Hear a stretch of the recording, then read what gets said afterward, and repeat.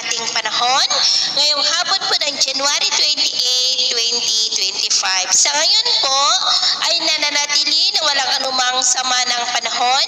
sa loob at labas ng ating area of responsibility. Hanging-amihan pa rin ang patuloy na nakakapekto dito sa Luzon at surely naman dyan sa may Kabisayaan at northeast ng Mindanao. At sa ating pong long range forecast, consistent pa rin po na walang bagyo na namamataan na tatawid sa ating kalupaan for the next 2 weeks. Pero hindi pa rin inaalis ang posibilidad na may LPA na mabubuo sa silangan ng ating bansa sa susunod na mga araw.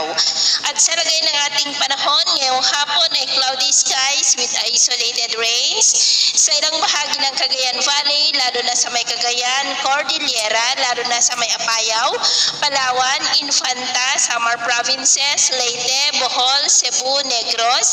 Capiz, Aklan, Caraga, Northern Mindanao, Zamboanga Peninsula at Sulu Archipelago. At mamayang gabi po ay posible pa rin ang mga isolated rains sa may Cagayan, Apayao, northern part ng Isabela,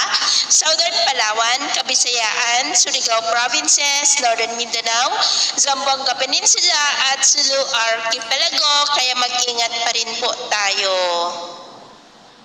At sa ating naman pong mga baybayin, maalon po sa buong seaboard ng kanlurang baybayin ng Luzon,